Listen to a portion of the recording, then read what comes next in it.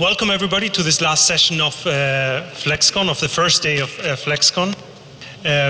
It's going to be an interesting session. It's a mix of a presentation, of a publication, and a panel debate that we will have.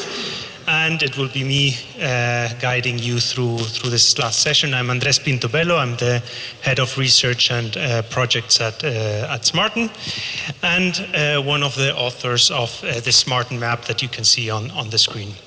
So, but before, well, I don't think that anybody needs to hear the smartEn introduction in this room. But since we're taping this presentation and it will be available online, I will just say a couple of words about smartEn. We're the business association representing the consumer-driven solutions in the energy system, so demand-side flexibility, which everybody here is very familiar with, I hope so.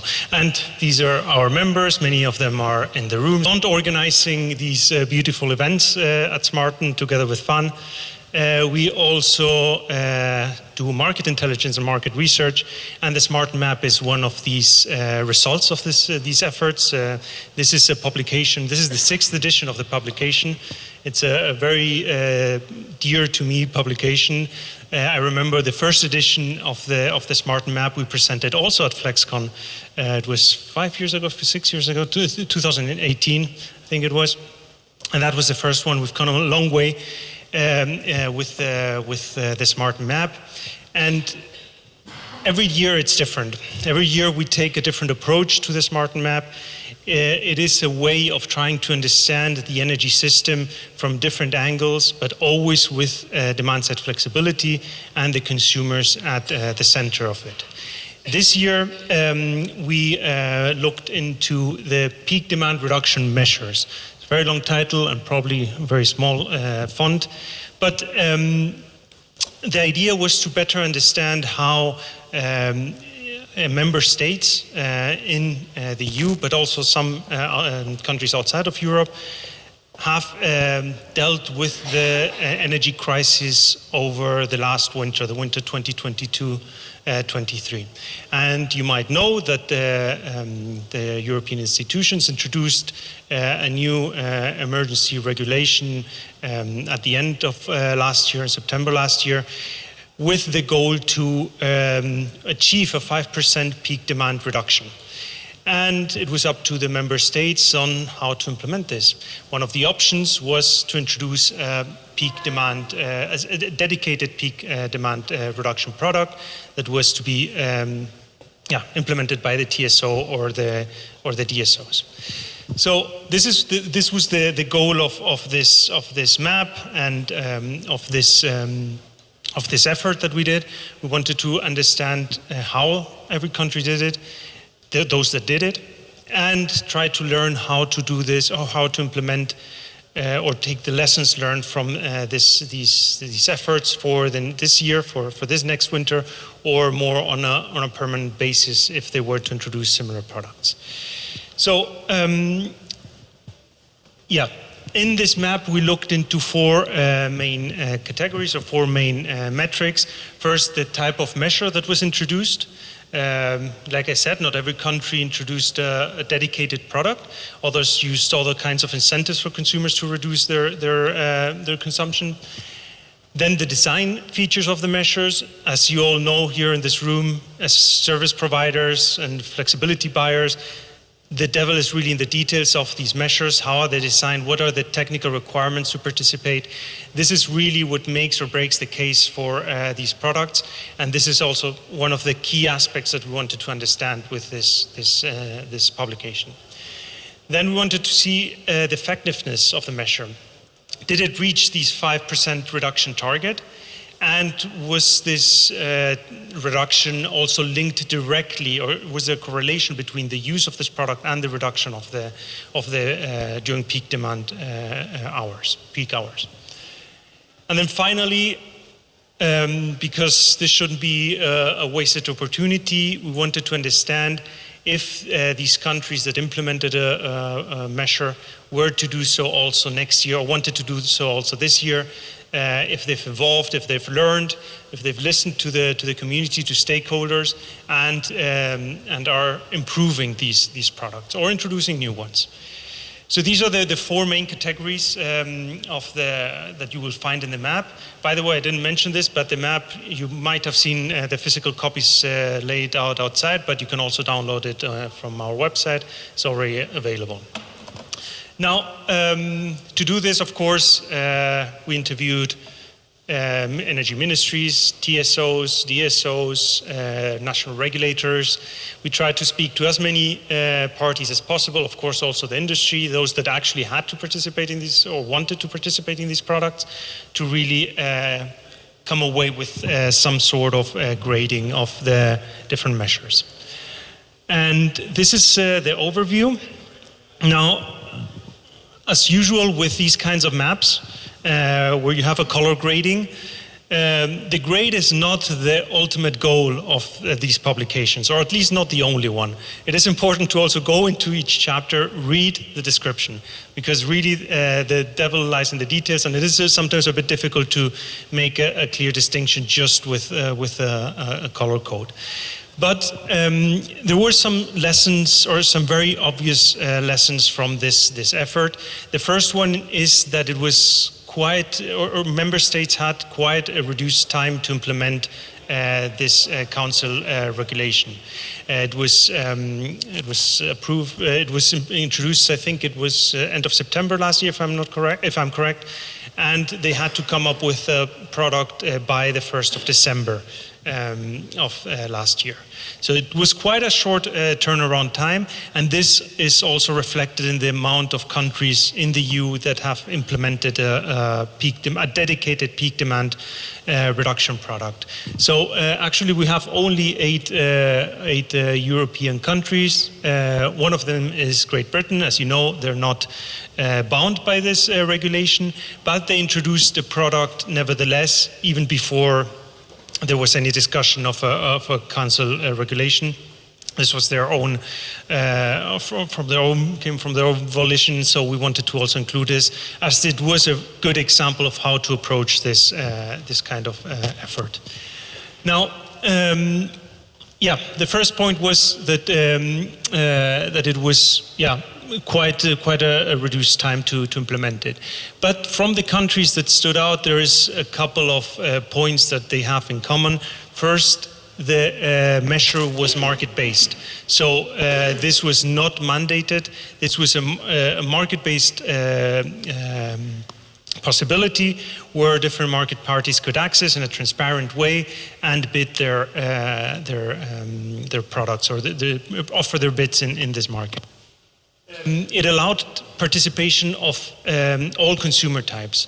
Many times, and it's common that the low-hanging fruit is usually, or are usually, industrial consumers. They have the biggest capacities available.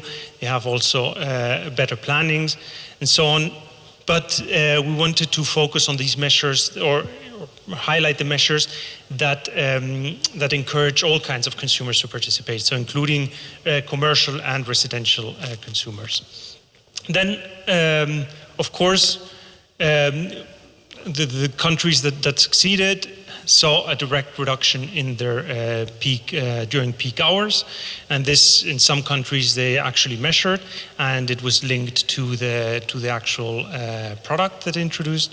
So this was also one of the main, let's say, positive points. And then finally, we want system operators, national regulators, energy ministries to learn from these efforts. So we also graded them higher if they have done some critical assessment of the measure, how it was introduced, and if they've had an open conversation with stakeholders to see how they can be improved.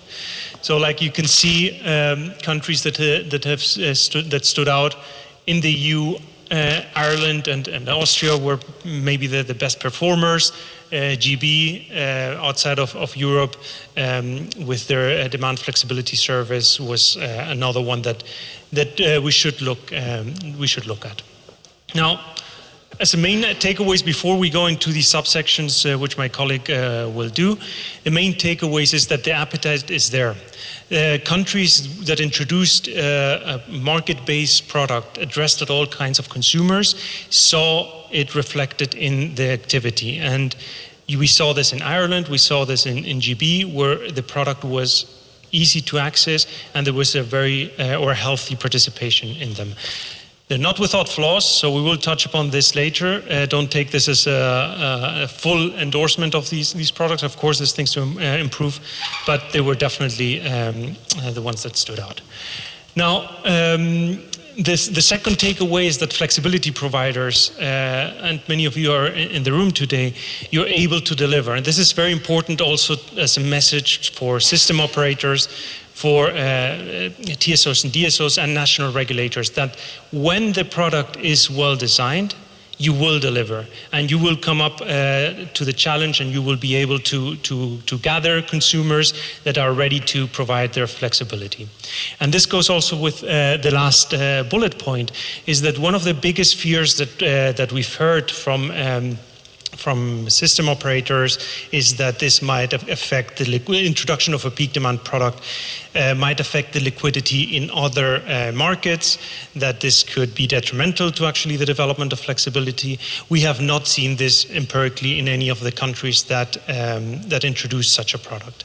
So I think this is a bit, these are the key messages that you can take away from this overview.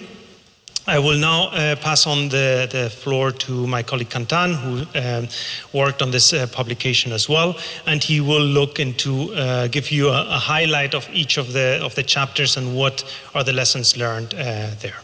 Thank you, and Kantan.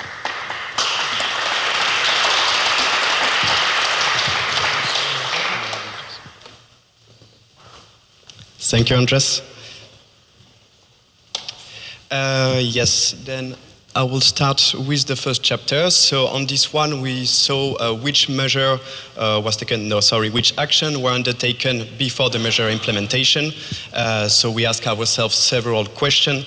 So it would be like, what type of measure have been implemented? Is it more to foster implicit or explicit flexibility? Which is the responsible party for the introduction and the execution of the measure? Was a resource adequacy assessment performed in order to have like a more efficient design of the measure? To know also if the process for the identification of the peak hours was transparent, to know if there were also national consultation that was launched before, and also were there a communication campaign launch. So to highlight the best habit for the consumption during peak hours, but also for the promotion of the measures. So here we have several countries that stood out, especially Ireland and Austria. I will come once again to Ireland afterwards, so that's the good moment to speak about Austria. So the identification of the peak hours for Austria was done in a transparent manner. They used historical data, and they also had something that is quite interesting.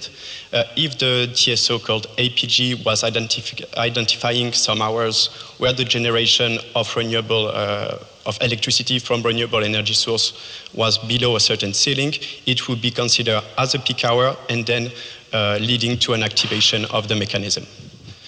The mechanism was open to every type of consumer, so that means industrial, commercial, and residential customer. Industrial and commercial, they could go by themselves in the mechanism.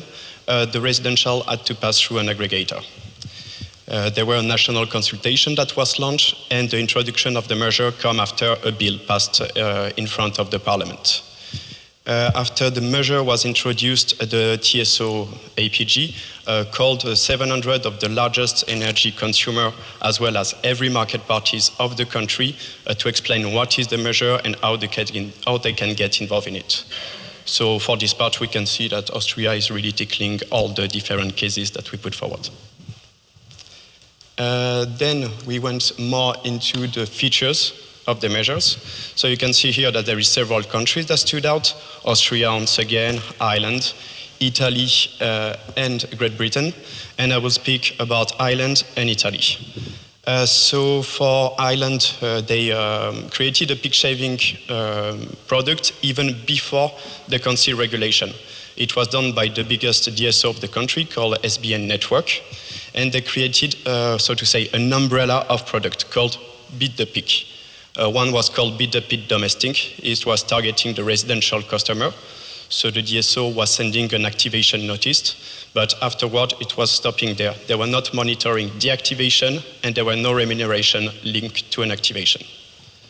The second one is called Beat the Peak Commercial Pledge. It is basically the same thing, but targeting the private and the public sector. And finally, it is the last one that we found the most interesting, and it's called Beat the Peak Commercial Active. On this one, they were really incentivizing large energy consumers to reduce their electricity consumption during peak hours. So how was the process? To enter into this program, you had, of course, to be connected to the network of SBN network, and finally, to have a capacity of at least 250 kVI. The stackability of products was not allowed, so that means that it was volume already engaged in other demand response schemes could not get into this one. The remuneration was based on the energy delivered and on a fixed price. So the price was €0.444 per kilowatt hour. So the activation was done by comparing the baseline to the actual consumption. And finally, there were no penalties that were in place in case there were non-activation.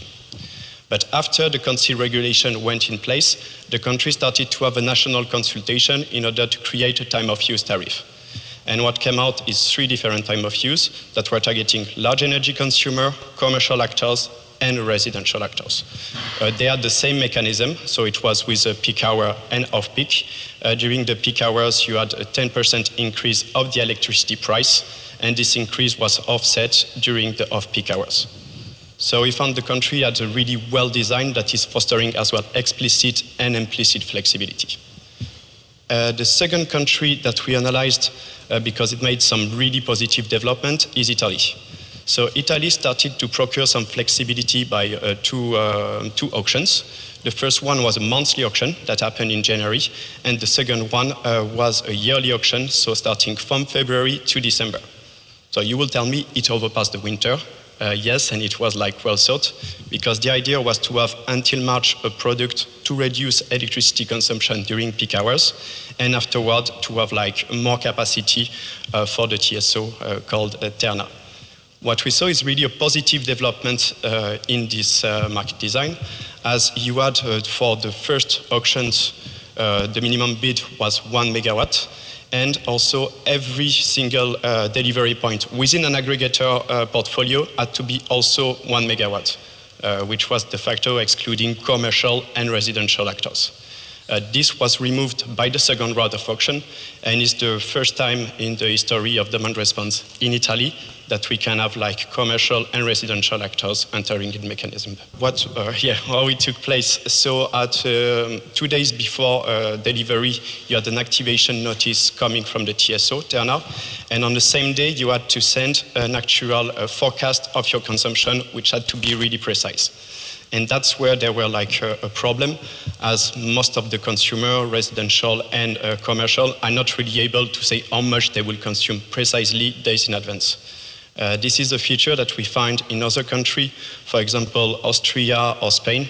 And on this, if we can put some, so to say, some recommendation for next year, it would be way more efficient if the TSO is giving clearly a baseline methodology that would be used by market parties, as at the end the participation was quite low in this mechanism. The payment was based on the energy delivered at the price that was settled during the auctions. There were no penalties that were taken into consideration, but non-activation or a deviation higher than 30% could lead to an exclusion from the mechanism.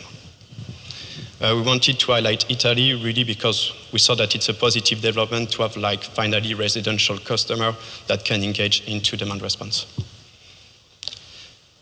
Now I will go to our third part. So this one is taking into account the effectiveness of the measure. So here we saw what are the volume of capacity that were contracted and activated by system operators. We wanted to see if there is a correlation in between the overall reduction of demand N, what had been activated with the mechanism, and also if there was some difference in between targeted and activated volume.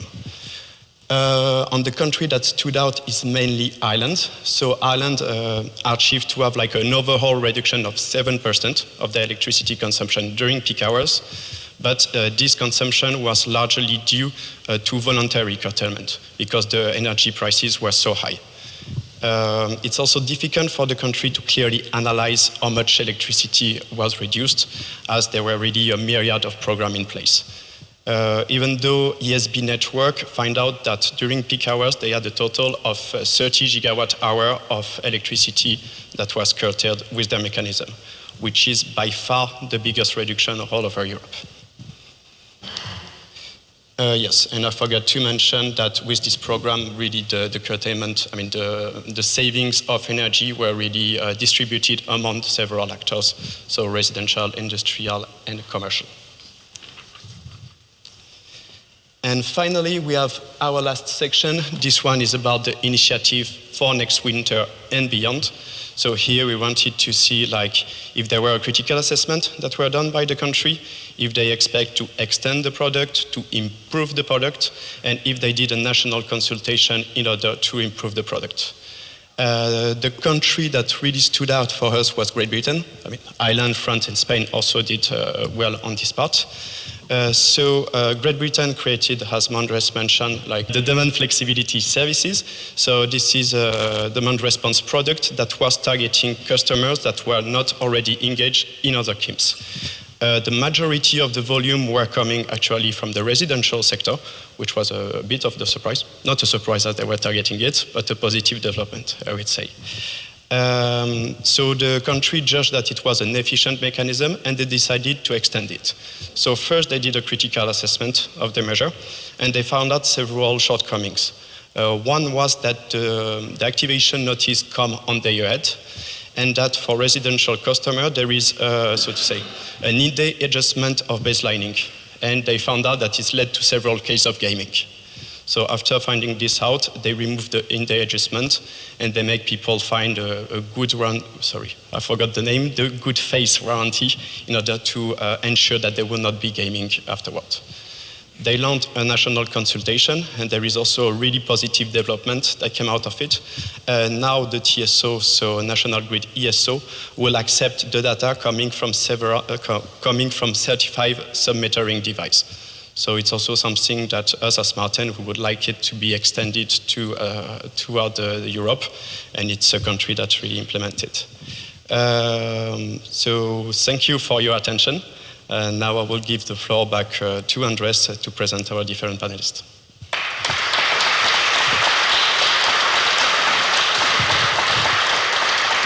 Thank you, Kantan. A very detailed description. There's a lot of information. There's a lot more information in the report. So please go have a look at that, and if you're interested in it. Now we are going to move on to a panel discussion, and I'm going to invite the panelists onto the stage. First, we have Karen Byskov Lindberg. She's the senior advisor in energy flexibility at Aneo. Karen, please, if you can join me.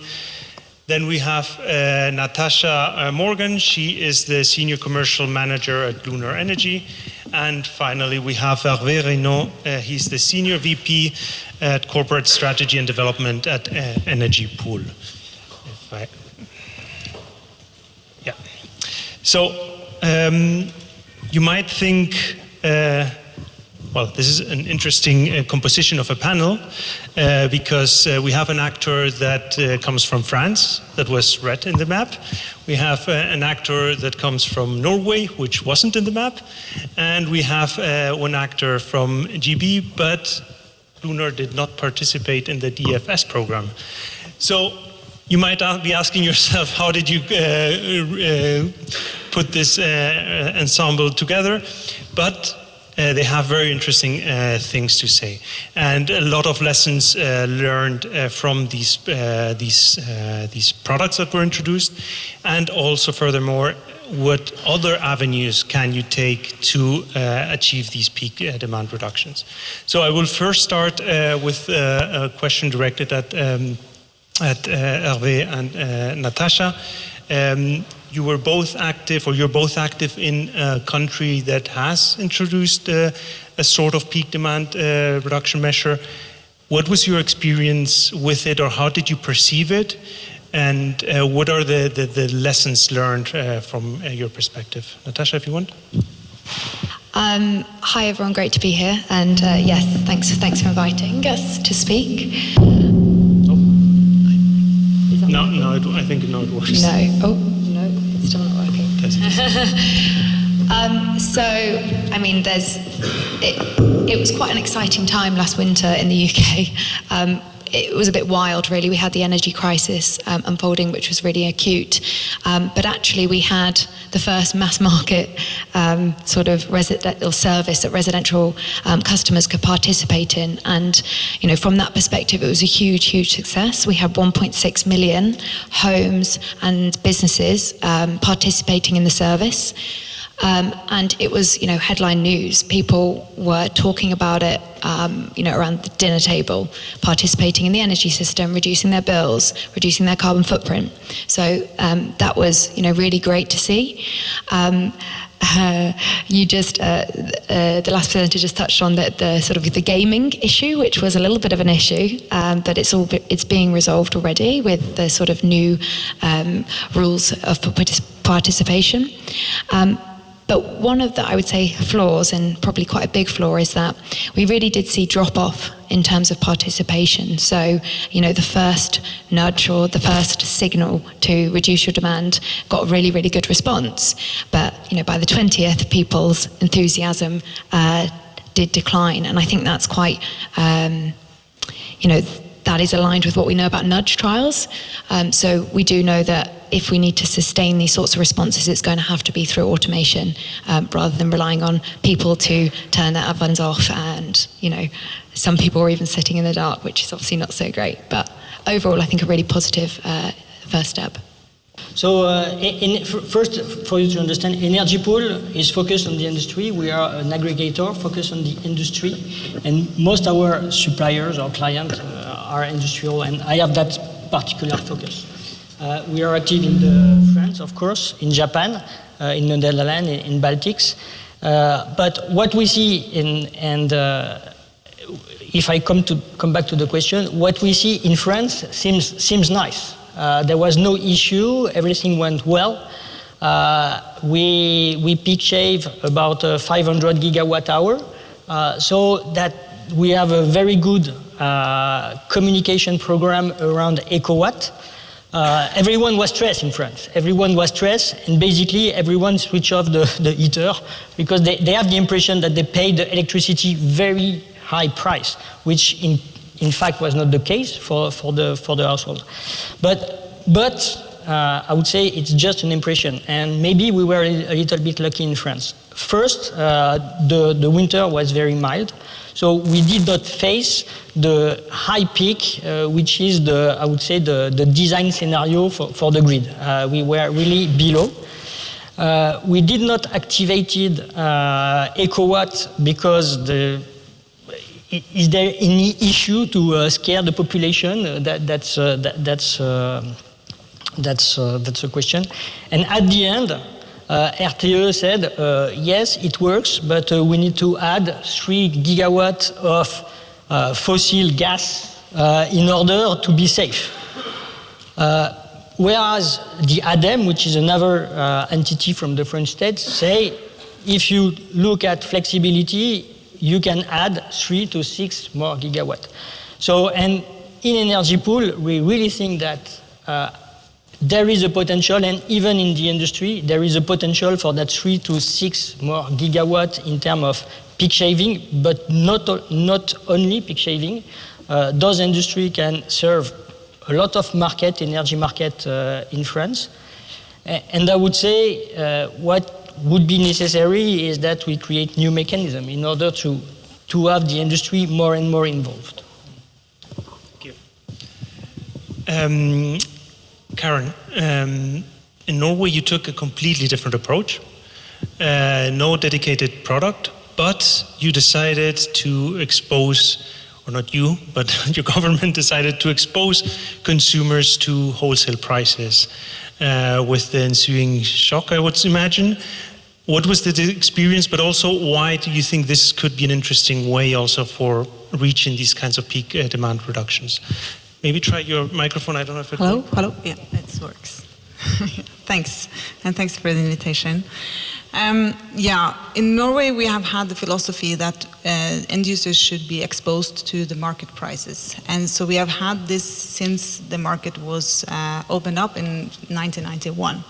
And as of now, we have about 60% of our residential customers have a spot or a contract tied to the spot price.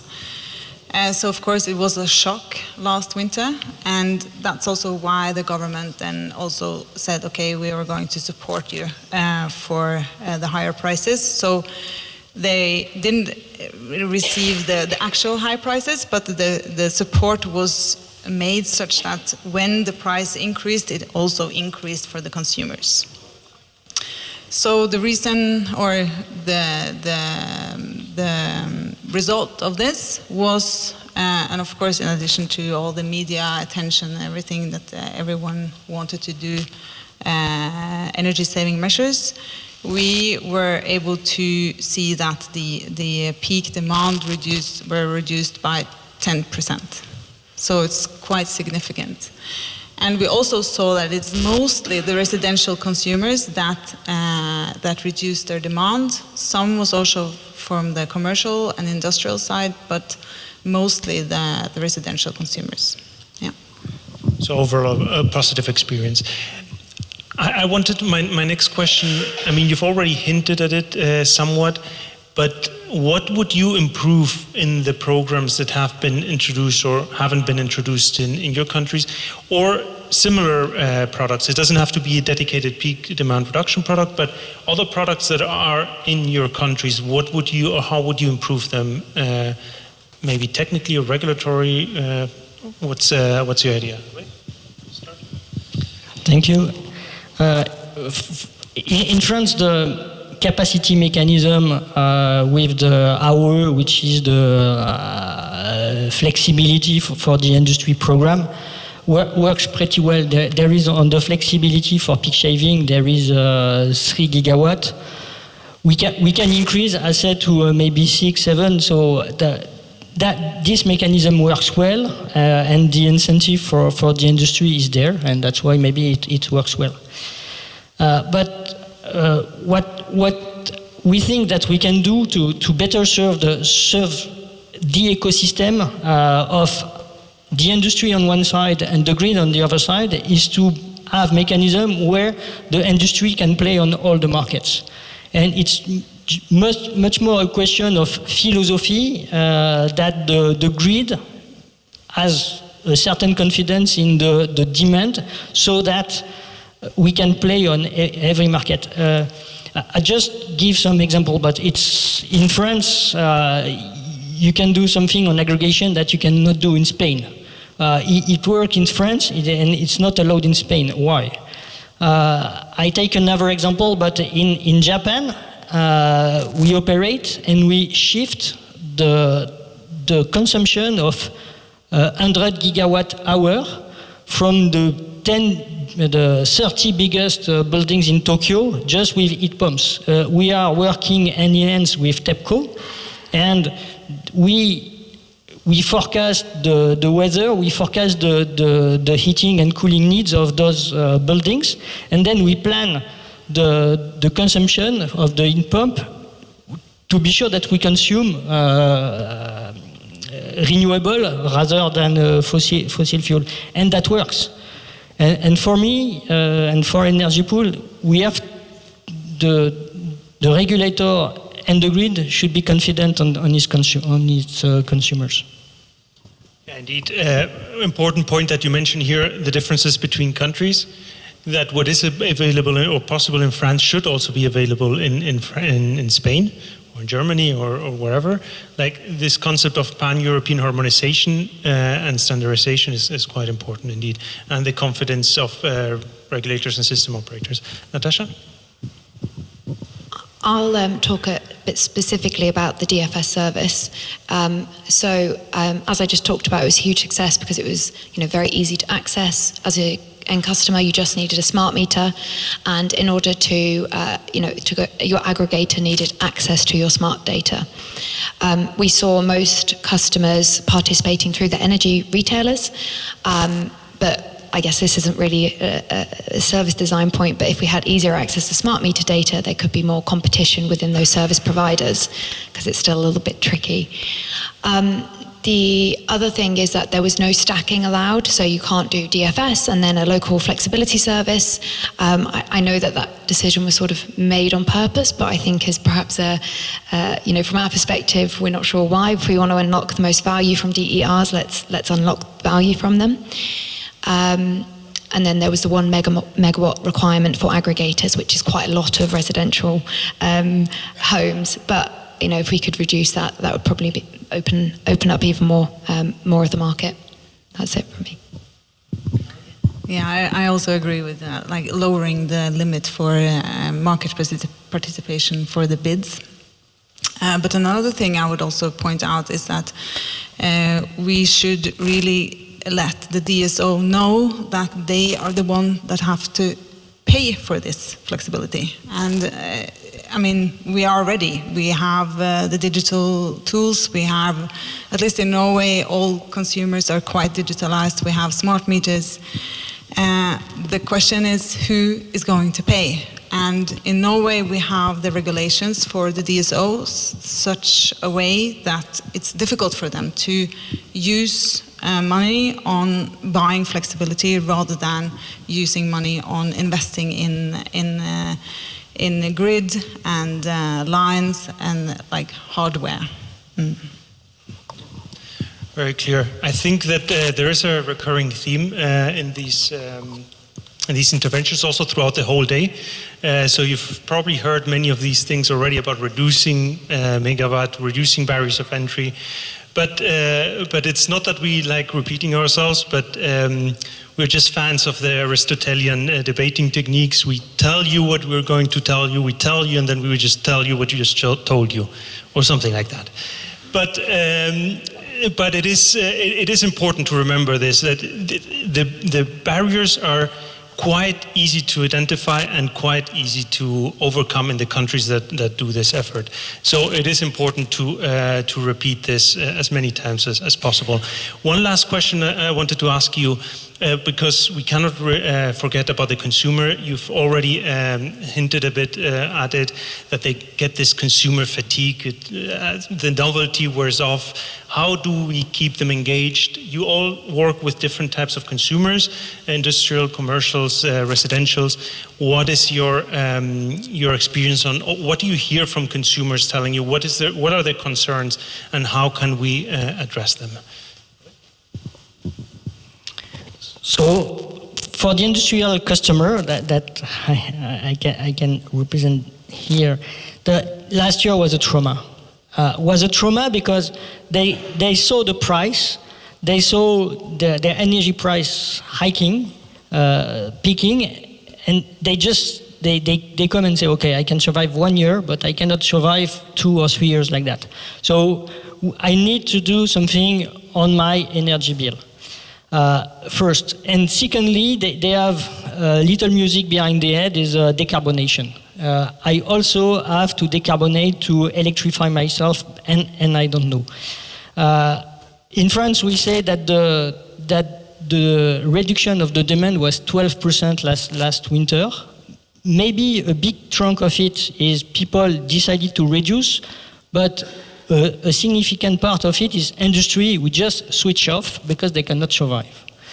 And I would say, most of our clients are competing against the world. And when you compete against Middle East with very low energy price, you have to be extremely competitive, and you have to find new revenue streams. And we are really convinced in Energy Pool that the more we can put on many mechanisms stacking the revenue for the industry to give the service to the grid, will help our industry to survive, our grid to, and the grid has benefit for it. So he has to pay for it. If we talk about AFRR, currently it's done by nuclear power plant. The industry may do it, and you release capacity on the nuclear. So all that things have to be worked out again and again, and to open the mechanism to most of the players, so we can find the most efficient way. So I think, end customer participation, I don't know if anyone in the world has quite sort of solved that yet, but just perhaps zooming out from DFS, at Lunar we're working across globally, so we're working in Japan, over in the US, and in Europe, and we see overall that when the incentives are there and it's easy to do, people are, they're quite enthusiastic. When there are a lot of barriers, like in the UK, if you want to access the balancing mechanism, you need to be half-hour settled. That's a very difficult process for an end customer. They're not going to do it. And in order to sort of sustain the change, obviously our view is this stuff needs to be automated, but people have to be able to see the benefit and see how doing more flexibility, they are going to benefit more. And so there has to be that very clear link. There's so many different sort of propositions across the world. In the US, they're really, really generous. It's like you can earn like $1,000 for participating in a grid service.